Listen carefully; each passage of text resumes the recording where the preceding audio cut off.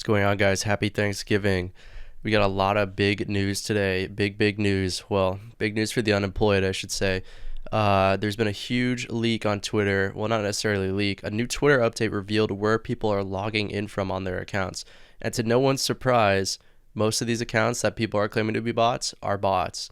I know we have commentators mostly that are based out of Eastern Europe, people that say that they're from Brazil, from South Asia, accounts like MAGA Warrior OX based in South Asia. Now, all these accounts are basically appealing to mass manipulation, and accounts like Russian Army that aren't actually the Russian Army, but they have the verified tag. So if you're old, you probably wouldn't know the difference. Russian spoof, it's based out of India. These accounts are run by people that are just trying to make a quick buck off of manipulating and spreading misinformation. I mean, really, what they're doing is providing to the overall echo chamber of people. People don't actually really want to hear the truth. They want to hear something that makes them feel safe. This is perfect. This is great evidence as to why that's true. Now, there have been a few that I have yet to verify. I've heard could be true or probably false. Accounts like the U.S. Homeland Security are run and based out of Tel Aviv. I mean, that could just be for jokes. I wouldn't be surprised, though, if that's actually where they're logging in from. And there's other U.S. based accounts that are supposedly, allegedly based or connecting to from out of Israel. To the extent that that's true, I have no idea. That could probably be bait. And honestly, I wouldn't be surprised either way at this point based on where the country's headed. Now, in other news, unfortunate news, but very interesting nonetheless. There was a double murder. I mean, two people were shot in the head. Well, at least one was confirmed to be shot in the head outside of the White House. I don't know to what cause, for what reason. I'm not huge on calling it false flag attacks, but based off this guy's credentials, it could definitely be. It seems that most people online contributed this Arab man to be immediately some sort of left-leaning warrior, when in reality he was trained by special forces such as like the Green Berets out of Afghanistan, and in fact he was a member of an elite commando unit that actually operated directly underneath the CIA and not underneath any sort of Afghan national government, which is very interesting that I didn't even know about until I found this out.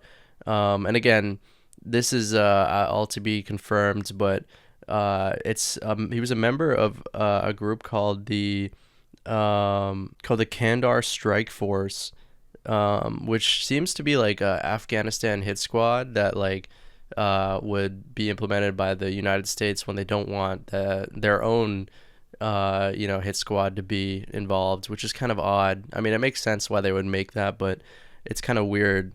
And it's just more or less weird that he's in the United States and he just killed two U.S. service members. There's a lot of weird things going on here. I mean, this is not something you can sweep under the rug. This demands a thorough investigation based off this guy's credentials alone as to why this occurred. Now, a schizo would say that this is due to Trump trying to, further consolidate control and create a state of panic. I'm pretty sure these guys were unarmed in general. These National Guardsmen that have been deployed to DC, as a form of power flexing, saber rattling, maybe getting the population ready for police in the streets. But no, I'm not that much of a schizo. I honestly believe that it's more likely that this guy was schizo, but it could go either way. And that also the National Guard's troops are there just for Trump to say that he's cracking down on crime. There's really I don't think there's actually any real reason there. I know a lot of people that are pretty alarmist about the Trump regime, and I don't honestly take any of it. I take all of it with a grain of salt, solely because there's no real actionable evidence that Trump is going full dictator mode, even though that's what a lot of people seem to believe. Maybe he wants to do that and he's trying to figure out the best way to go about it, but that's another story for another day. Now, interesting enough that this guy was actually granted asylum by the Trump administration in April of 2025 after he applied in 2024. I don't even want to really attempt to say this guy's name because I'm probably gonna butcher it, but I will anyways. It's Ram Manohara Lakanwal.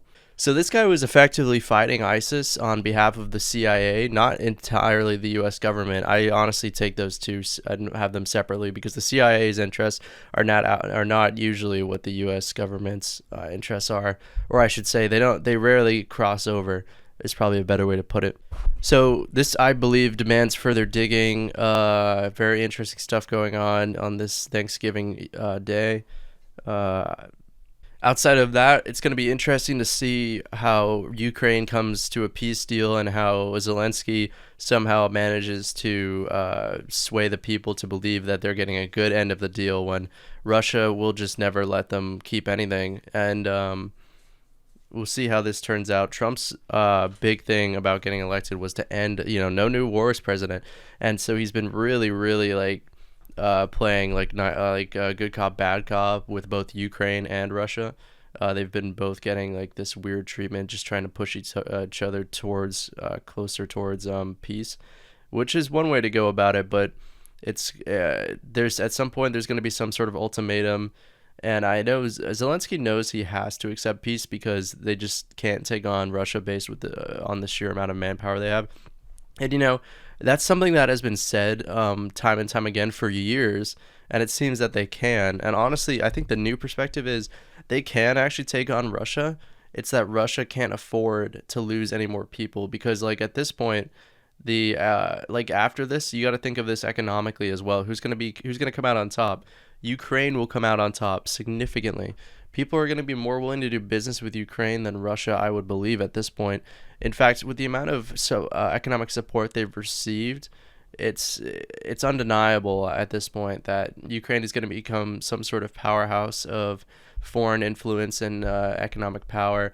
It really depends. It's going to be a corrupt. It's going to be not as corrupt as Russia because believe me, Russia is corrupt, but it's going to be a new form of a corrupt capitalist state, I should say.